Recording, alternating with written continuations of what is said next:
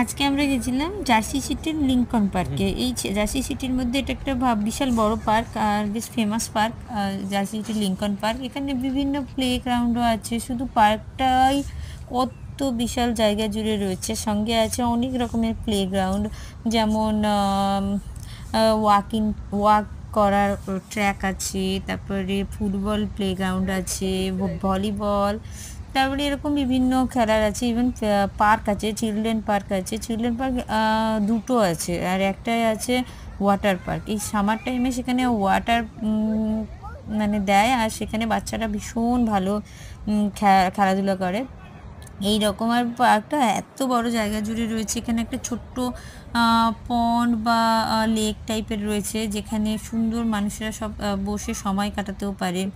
খুব সুন্দর, সত্যি কথা বলতে শহরের মধ্যে এরকম একটা পার্ক বিশাল ভালো, আর মেনটেনেন্সও খুব সুন্দর পার্কটার।